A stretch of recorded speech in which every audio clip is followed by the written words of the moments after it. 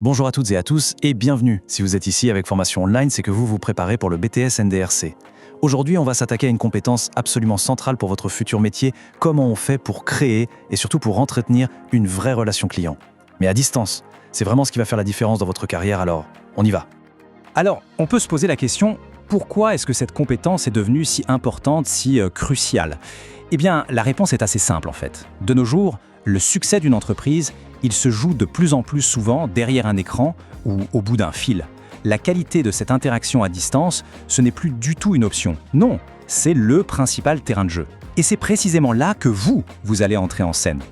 Pour bien comprendre ça, il faut tout de suite oublier un vieux cliché. Non, la relation client, ce n'est pas juste un service après-vente qui gère les problèmes, c'est tellement plus que ça. Aujourd'hui, c'est un levier stratégique absolument essentiel pour l'entreprise. En fait, il y a 4 grandes forces qui font de la relation client un vrai pilier stratégique. D'abord, les attentes des clients. Elles ont complètement explosé. Ils veulent tout de suite et si possible, personnalisé. Ensuite, il y a la transformation digitale, qui a rendu tout ça possible. Du coup, une entreprise qui maîtrise ça sur le bout des doigts, elle se démarque immédiatement de la concurrence. Et cerise sur le gâteau, quand c'est bien géré, ça permet même d'optimiser les coûts. C'est un véritable cercle vertueux. Et au cœur de cette stratégie, il y a un mot que vous devez maîtriser sur le bout des doigts, l'omnicanal. L'idée, elle est simple, mais elle est super puissante.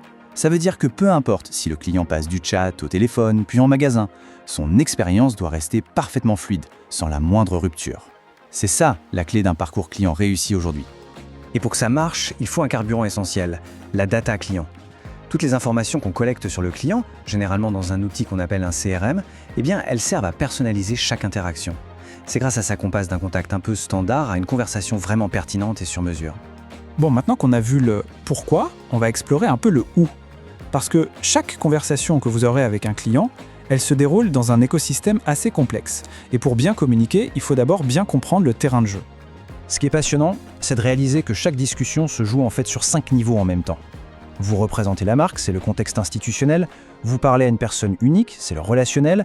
Vous suivez les règles de votre entreprise, l'organisationnel. Vous cherchez à développer l'activité, c'est le côté commercial. Et enfin, vous rendez des comptes, c'est le hiérarchique. Réussir à jongler avec ces 5 contextes, c'est tout un art.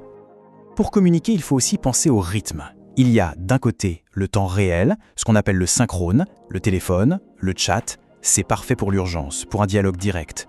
Et de l'autre côté, il y a le temps différé, l'asynchrone. L'email, un portail client. C'est idéal quand on a besoin d'une trace écrite ou quand la réponse n'est pas à la minute. Savoir choisir le bon canal au bon moment, c'est déjà une compétence en soi.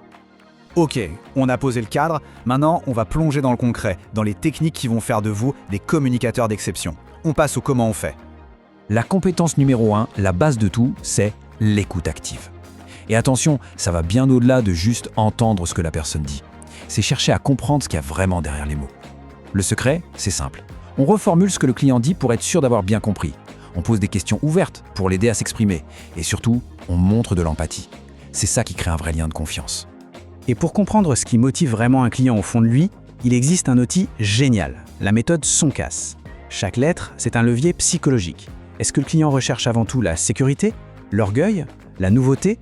En identifiant sa motivation principale, vous allez pouvoir adapter votre discours pour qu'il soit pile dans le mille.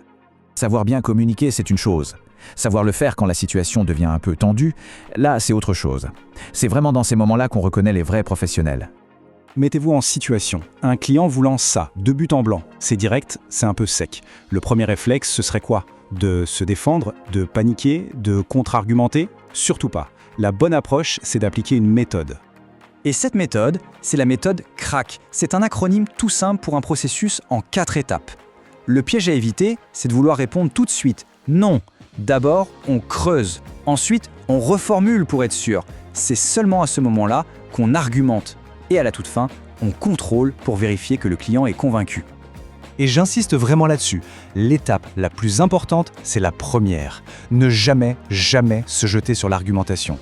Une objection, ça cache souvent autre chose. Une peur, une simple incompréhension. Votre premier job, c'est de jouer un peu au détective, de creuser pour trouver la véritable source du problème. Et si jamais la situation devient vraiment conflictuelle, pas de panique, il y a la méthode DSC. C'est un cadre très structuré pour désamorcer les tensions. On commence par décrire les faits, objectivement, puis on exprime son ressenti, ensuite on suggère des solutions ensemble, et enfin on conclut avec un accord mutuel. Vous voyez, on passe de l'affrontement à la collaboration. Parce qu'au fond, toutes ces techniques, tous ces outils, ils n'ont qu'un seul et unique but. Il ne s'agit pas juste de régler un problème ponctuel ou de faire une vente, non.